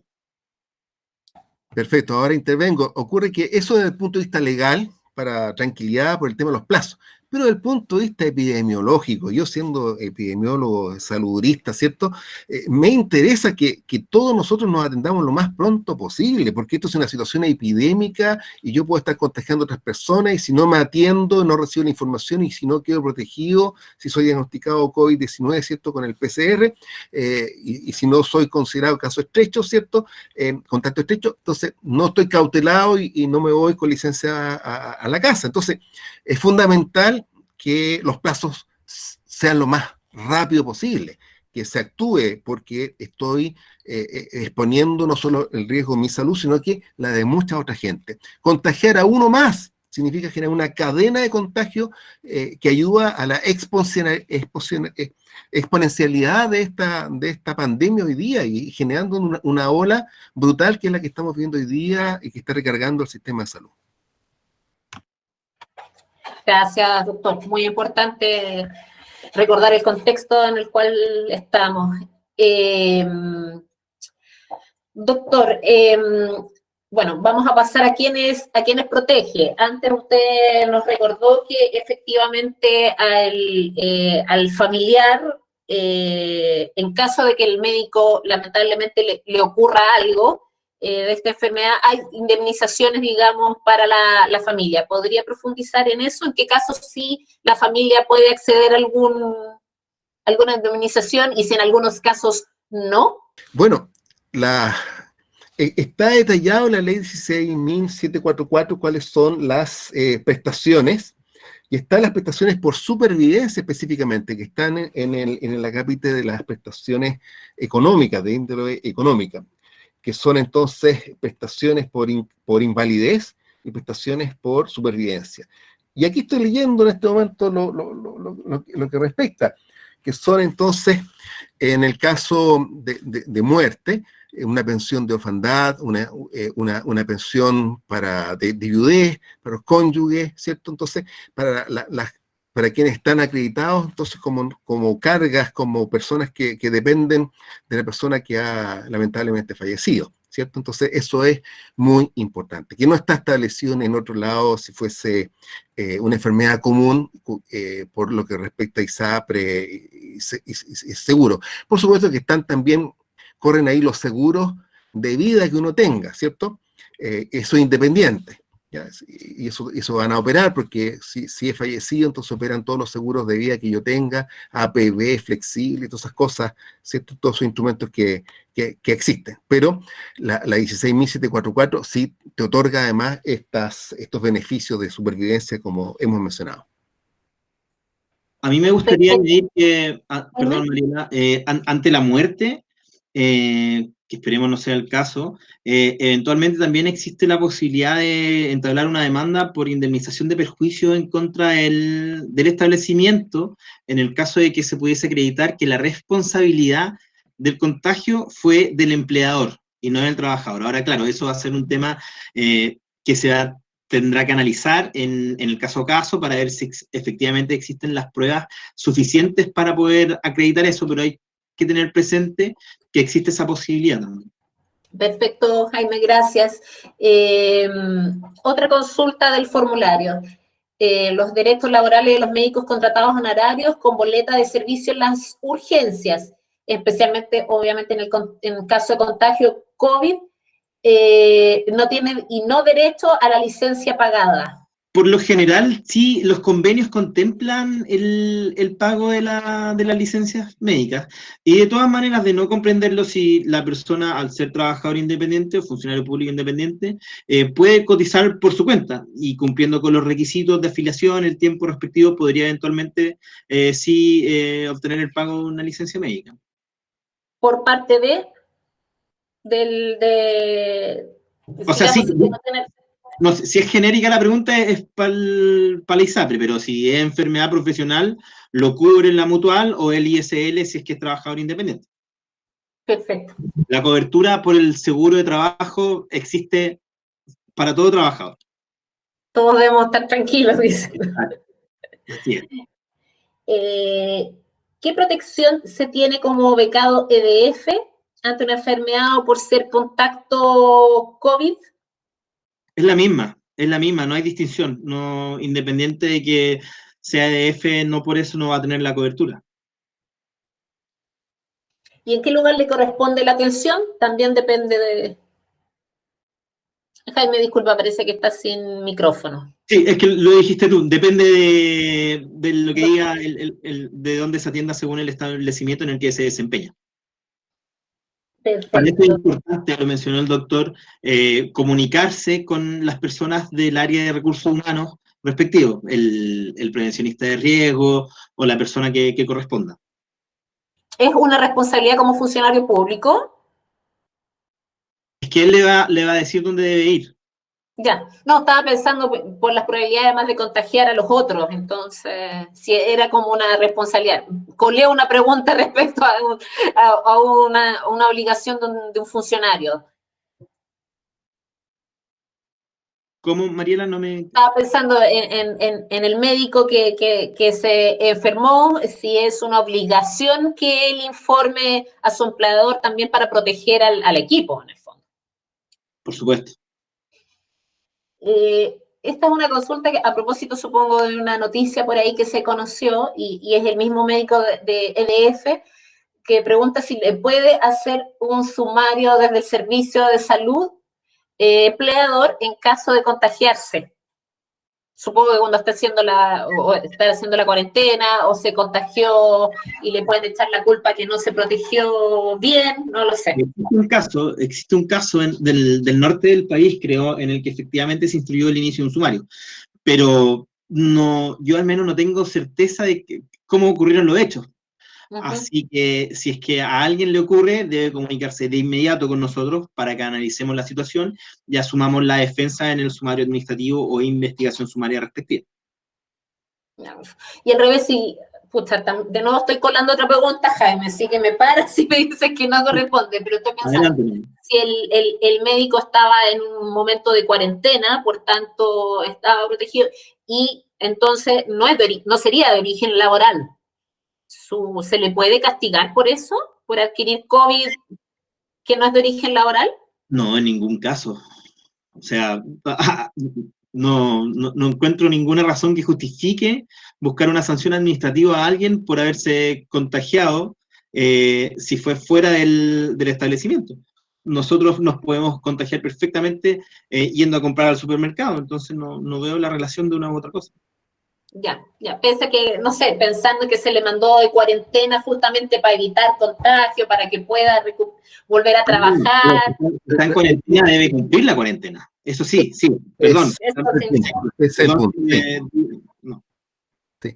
Yo creo que a eso te referías, Mariela, respecto de la obligación, una vez que tengo el rótulo de COVID-19 y estoy con indicación de hacer cuarentena y sigo esparciendo, contaminando, ¿cierto? Como tuvimos noticias de algunas situaciones, bueno, ahí hay un tema legal complejo porque estoy exponiendo a otras personas a sabiendas, peor todavía, de que puedo provocar eso. Entonces, obviamente que eso es otra situación.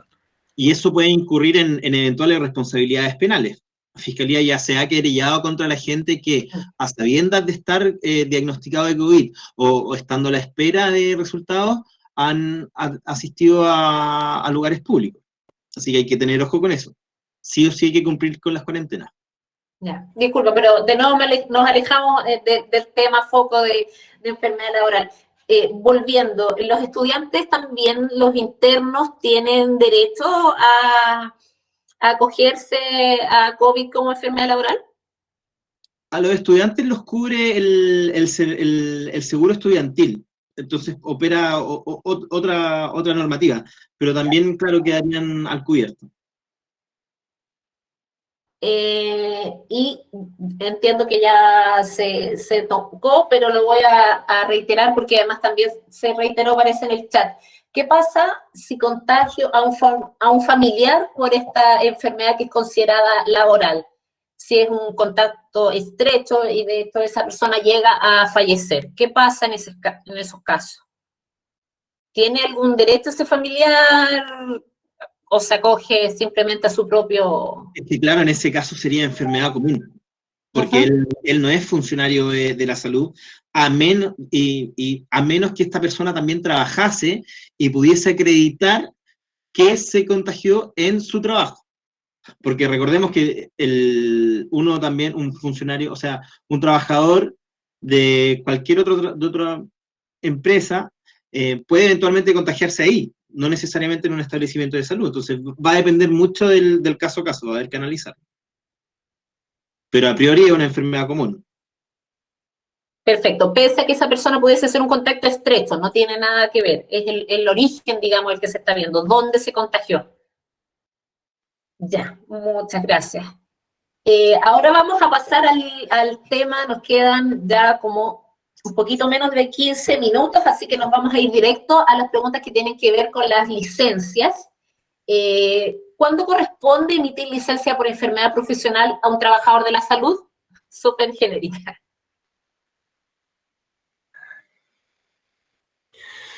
Bueno, la licencia médica en este caso además cumple un rol epidemiológico de salud pública. Entonces, queremos aislar a la persona, al profesional de la salud, al médico en este caso, y por lo tanto para que no siga contagiando. Además de que se proteja, porque si sigue activo va a descuidar su sistema inmune, va a estar más expuesto a una evolución más tórpida. Entonces, la persona tiene que protegerse. Entonces, acá la licencia médica la va a entregar el médico tratante, si ha acudido a un centro de algún administrador de la ley, por supuesto, esa licencia va a actuar y debe ser respetada y cumplida, y no debe haber ningún impedimento producto de este dictamen 1482 que ya hemos mencionado. Perfecto, gracias, doctor. Esta consulta es bastante larga, vamos a tratar de dilucidarla. En relación a la nómina enviada a los organismos administradores de la ley 16.744 por el MinSal, según la calificación hecha por la Ceremi, el documento que indica los casos con diagnóstico de contacto estrecho que podrían ser de origen laboral, ¿cómo van a enterarse las ISAPRES de los casos que finalmente fueron calificados como patología laboral? ¿Podría darse la circunstancia que un trabajador tenga calificado su caso como laboral y que además haya presentado su licencia por la ISAPRE, por su previsión, y que ella haya quedado avisada como patología común? Como patología común y haya sido pagada, por tanto tenía un doble subsidio, ¿podría darse a casos así? ¿Y podría luego la ISAPRE recuperar, dado que al final se comprueba que es de origen laboral y por tanto la ISAPRE recuperar su subsidio? Bueno, perfectamente puede ser esa situación. Acá lo importante es que la Seremi de Salud, la autoridad sanitaria, es la que va a entregar la lista de quiénes son los pacientes en contacto estrecho para que el organismo administrador de la ley otorgue las licencias correspondientes y haga el seguimiento correspondiente para esos casos, ¿cierto? Y establecer que si no ha tenido síntomas, entonces que al cabo de los 14 días, entonces que una persona que no hizo la enfermedad, ¿bien? Y eso lo hace la Ceremi, que lo comunica y entrega ese listado al administrador de la ley, ya sea una de las 3 mutualidades o el ISR en el caso público. Eso como elemento, como norma. Si por algún motivo se gatilló una licencia médica por un médico que no es prestador, ¿cierto? Puede ocurrir esta situación, pero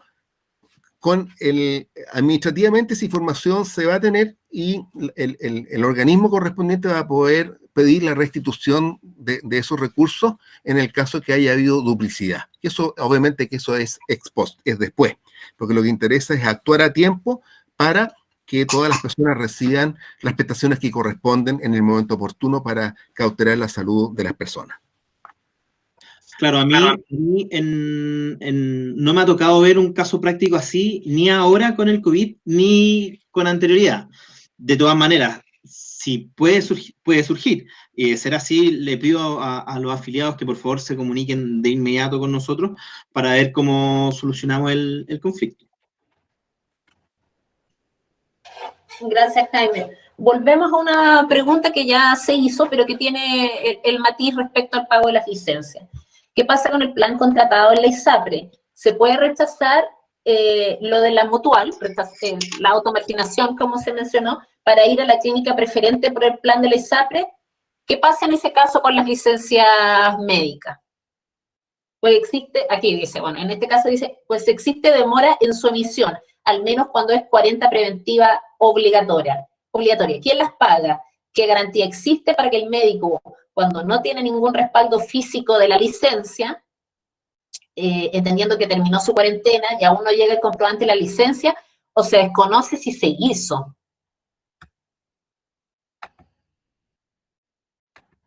A ver, ¿Era el caso de licencia electrónica? ¿No? sí. Bueno, este tema de las licencias ya lo mencionó Jaime. Y esa es la gracia de estar acogido a la ley 16.744. Por lo tanto, ser considerado como enfermedad profesional, porque obviamente esas licencias no debieran rechazarse, y al revés, debería haber toda la facilidad para poder obtenerlas y que la persona esté protegida. Y no así, o sea, Jaime hizo una argumentación extremadamente importante también respecto de la seguridad laboral y también de el no rechazo a futuras licencias por parte del ISAPRE en caso de que hubiese necesidad de prolongarla. Entonces, desde ese punto de vista, de nuevo, la argumentación y la recomendación de no dejarse llevar por el seguro propio, ¿cierto? Y de la automarginación, sino que más bien acogerse a lo que el Colegio Médico peleó, defendió y finalmente obtuvo, que es el reconocimiento del COVID-19 para los profesionales de la salud y los médicos en particular como una enfermedad profesional. Gracias, doctor. ¿Y el pago de estas licencias es el pago por el sueldo completo o también pasa que se van acortando los montos? Es como operan todo el pago de toda licencia. Ahí existen tablas, ¿cierto? Y que establece qué es lo que se paga finalmente de lo que es nuestro sueldo habitual. No tengo algo específico, por eso va a variar según cada persona. Perfecto. Hay una pregunta, Mariela, en el chat respecto de las licencias y la retroactividad también ¿desde cuándo se considera? ¿Tiene que ser la fecha exacta de donde salió el documento de la suceso o puede ser considerado retroactivo? También es interesante para los médicos saberlo. Nosotros, Alejandra, ya dijimos que consideramos que tiene efecto retroactivo este oficio. No consagra el mismo una limitación temporal en cuanto a su aplicación, y por ser más beneficioso para los afiliados al seguro, debería entenderse que se aplica retroactivamente. Si alguien llega a tener un problema por este punto en particular, debe comunicarse de inmediato con Falmet para que así uno de mis colegas o yo tomemos el caso y lo solucionemos. Con los argumentos. Y existe también la posibilidad de apelar a la Superintendencia de Seguridad Social. ¿Ya? Claro. Es que eso es lo que haremos nosotros, dándole la asesoría al afiliado o afiliada, por supuesto. Muchas gracias. Los voy a llevar rapidito a las últimas 5 consultas que nos llegaron en el formulario, que son algunos casos para ir reafirmando algunos conceptos.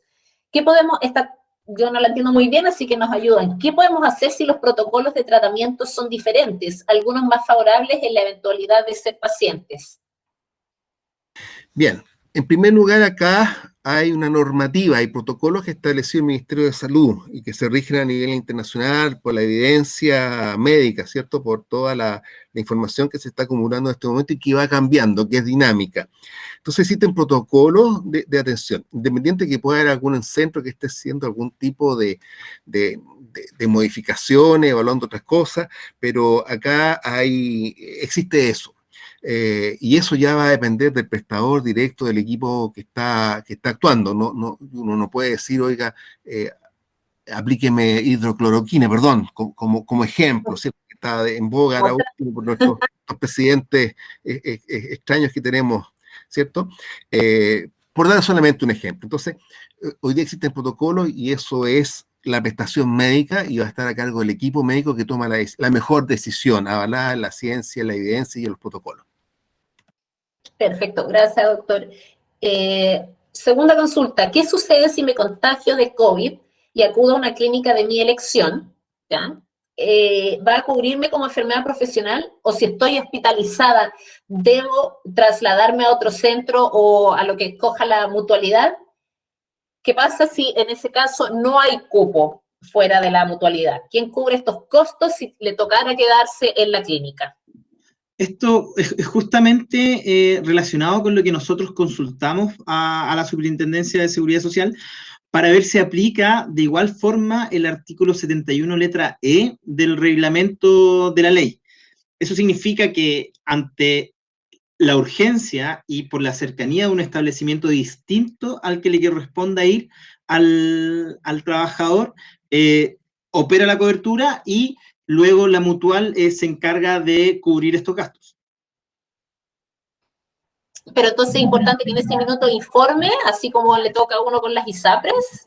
O sea, es importante que al momento de ir a obtener la atención, haga el relato coherente que permita determinar qué enfermedad profesional. En este caso, diga, yo soy funcionario del área de la salud, me desempeño en este establecimiento y tuve esta situación de riesgo ayer, hoy día, cuando haya sido. Y también, ojalá tratar y lograr comunicarse con el personal de recursos humanos del establecimiento donde uno se desempeña, para decirle, ¿sabes qué? Ya, ok, yo tengo que ir al hospital que está, no sé, a 20 kilómetros de mi casa, pero tengo esta clínica que está a 2 y me siento pésimo, voy a ir para allá, para estar en conocimiento y así activar los protocolos que corresponden. Los seguros complementarios, ¿qué pasa con los seguros complementarios? ¿Se pueden usar? Ya, no sé, no serían necesarios en el caso de la mutual, eventualmente sí. Bueno, lo que hemos estado comentando, si está reconocido como laboral, la denuncia avala justamente ese mecanismo de contagio que fue dentro de un establecimiento de salud.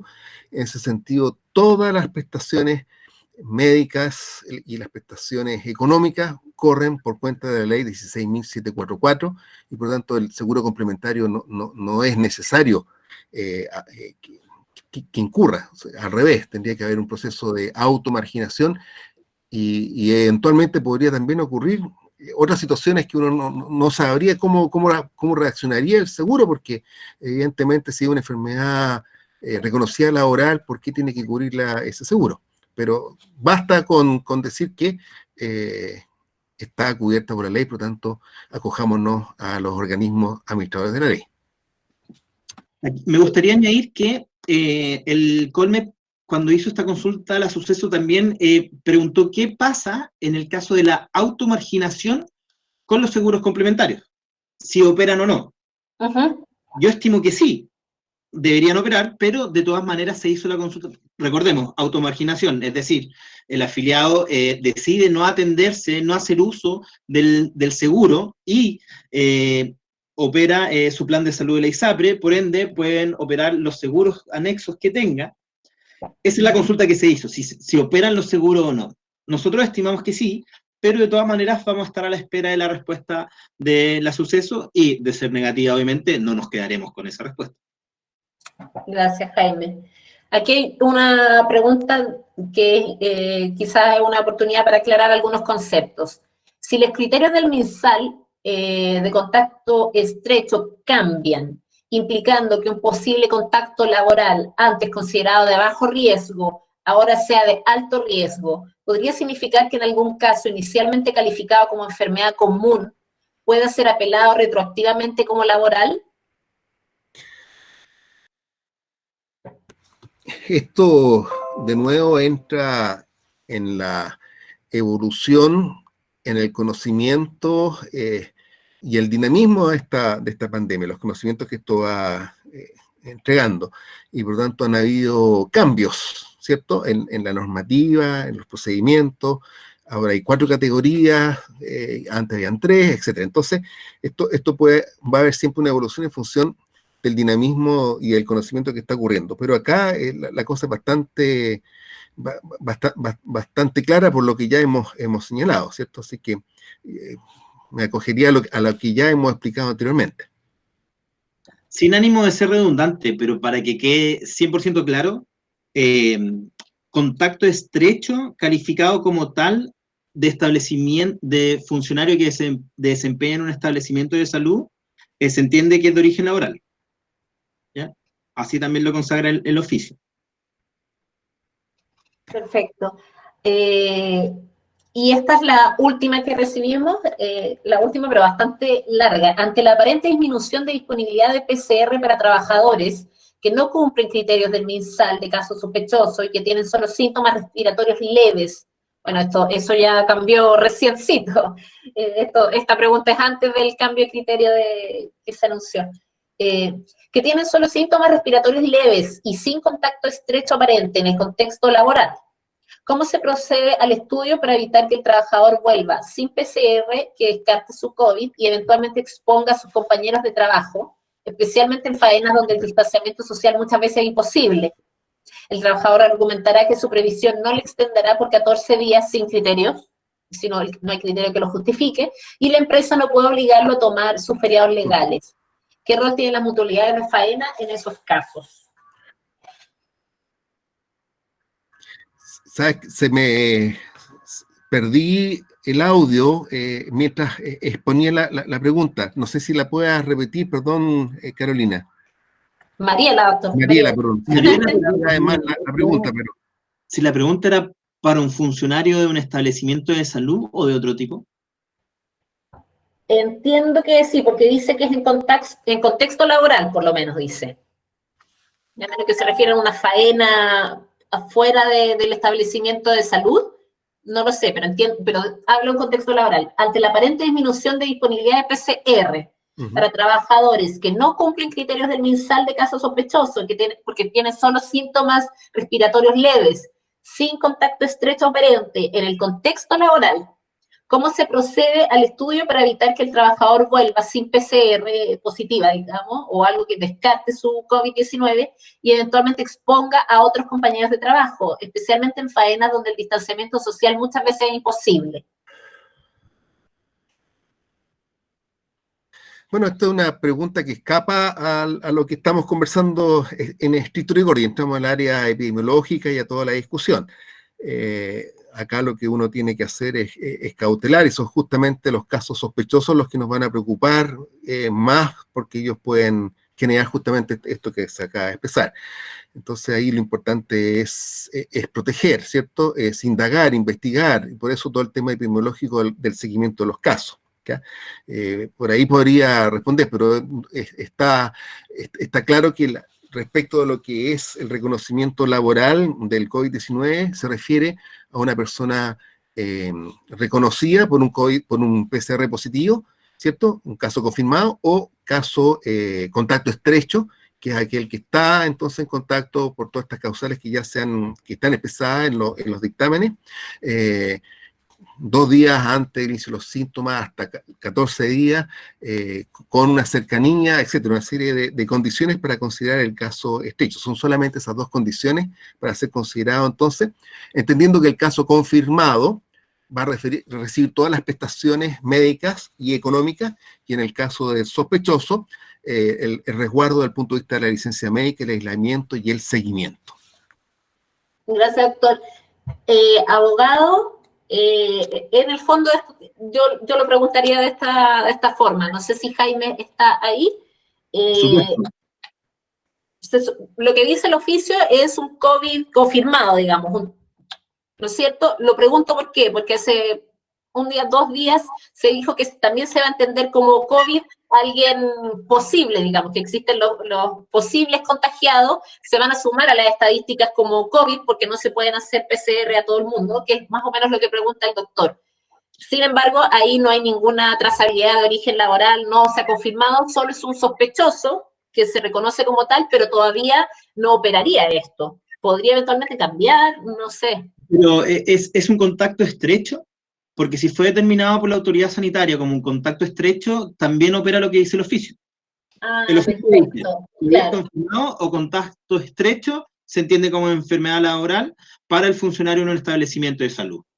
Ya, aquí dice que no. Dice que no habría sin contacto estrecho aparente. Ya, ahí es que ahí depende de que la autoridad sanitaria lo declare, lo califique como efectivamente como un contacto estrecho. Por eso yo hacía la aclaración de estos dos elementos. Se reconoce como enfermedad laboral, por tanto cubierta por la ley 16.744, el caso confirmado con las prestaciones médicas y las prestaciones económicas, con derecho a este tipo de prestaciones.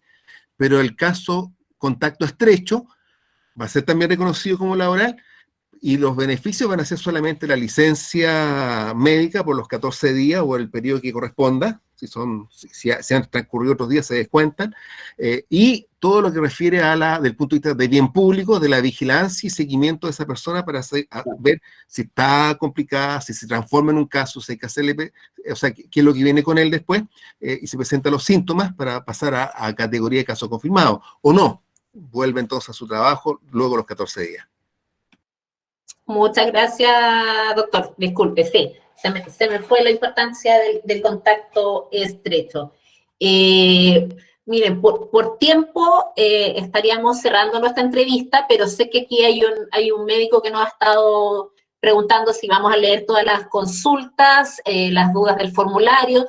Nosotros tratamos de concentrar la mayor cantidad posible, algunas por tiempo no se alcanzan a responder o porque no se van a responder a través de otras entrevistas, sin perjuicio de ello, para no dejar con la duda al doctor. No sé si Alejandra me puede ayudar con la consulta del médico que está cerrando en el chat. Alejandra, ¿tú tienes cuál es la consulta de él? O si el doctor amablemente nos puede escribir de nuevo la pregunta.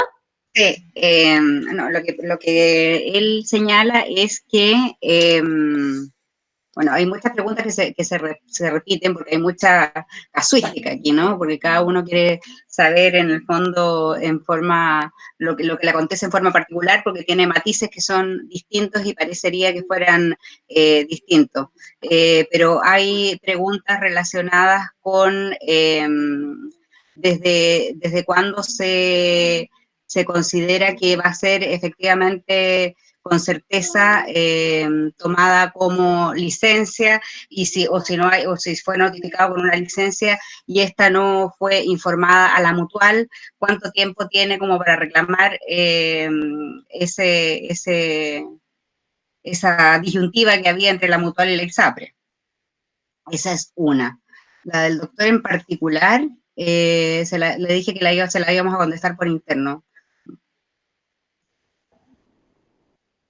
¿Podemos contestar entonces esta última de la licencia? Claro, que hay una disyuntiva o sea, una discrepancia en el fondo entre la mutualidad y la ISAPRE, porque la ISAPRE no la reconoce como enfermedad laboral y no tiene respuesta todavía. Entonces le dicen que reclame ante la Seremi. Pero si la ISAPRE no la reconoce como enfermedad laboral, a ella le corresponde darle la cobertura. ¿No será que la ISAPRE la calificó como enfermedad laboral y se fue a la mutual? Aparentemente está como en el limbo la licencia y todavía no tiene respuesta y su empleador le dice que se dirija a la Seremi para hacer el reclamo. Pero bueno, lo podemos detallar después analizando bien el caso. No sé, Jaime, si quieres... Creo que está media...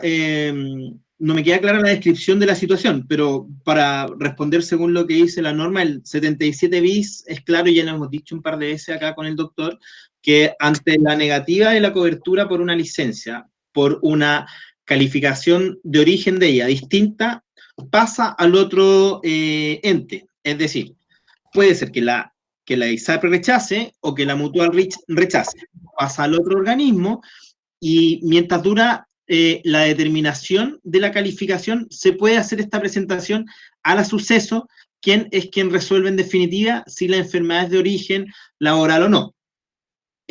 Pero nuevamente recordemos que el oficio 1482 de 27 de abril es claro al señalar que una vez se confirma el COVID o en los casos estrechos determinados por contactos estrechos, perdón, determinados por la autoridad sanitaria, cubre la ley el seguro de accidentes del trabajo y enfermedades profesionales.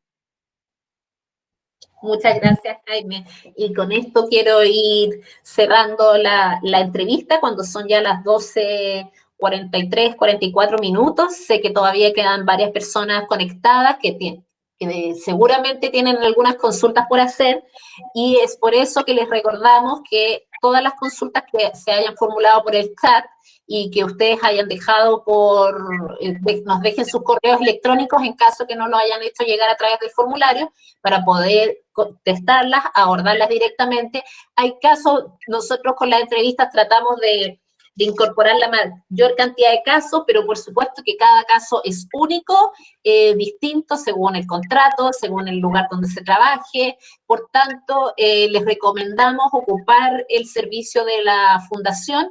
En ese sentido, agradecemos mucho la participación de la Unidad de Defensa Laboral Médica, UDELAM, con abogados de FALMED y Colegio Médico, que van a estar atentos para poder asesorar con mayor precisión los casos. Acá nosotros tratamos de responder algunas consultas que sirvan para la mayor cantidad de médicos posible, pero pueden haber excepciones.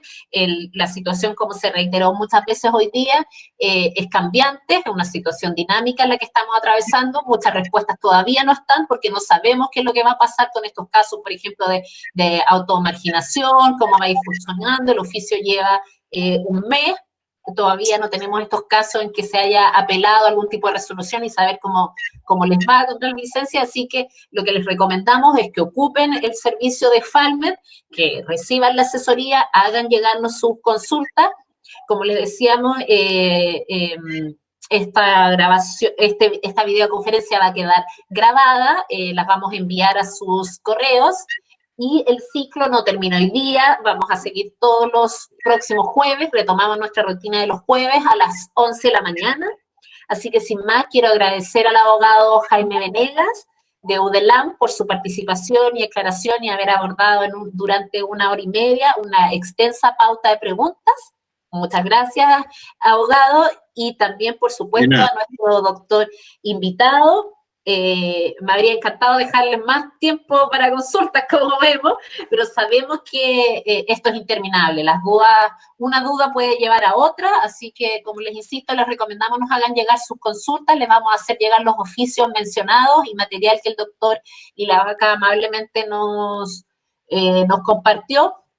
Doctor, le agradezco mucho su participación y les doy unos 30 segundos cada uno para que se despida de esta importante audiencia que nos acompañó, médicos y médicas de todo el país que han estado atentos a este ciclo de entrevistas de FALMED.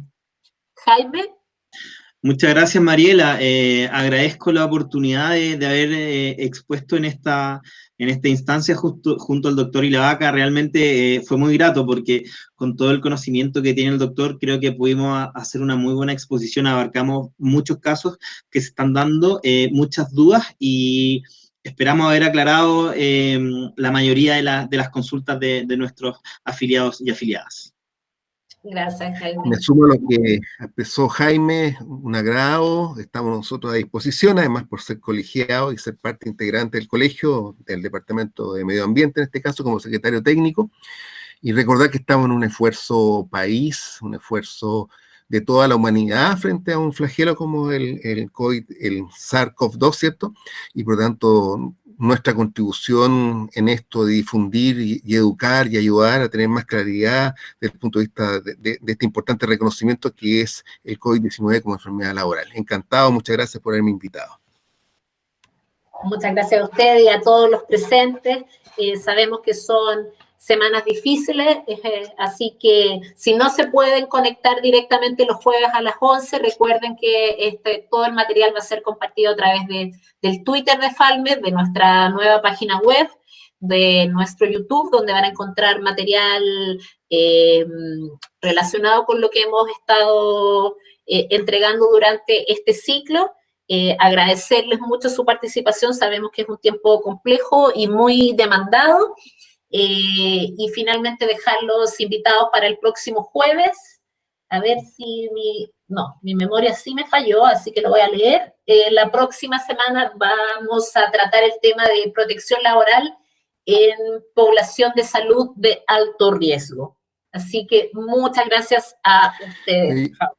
Los esperamos. Doctor. Se me olvidó, me faltó comentar que estamos muy bien defendidos por nuestros abogados, con Jaime Venegas, impresionante el trabajo que hemos hecho acá, la respuesta, él lo dijo antes de mí, y la verdad es que da gusto tener este nivel de acercamiento y de trabajo conjunto, y es un elemento que debe tenernos muy tranquilos a todos quienes trabajamos en este gremio.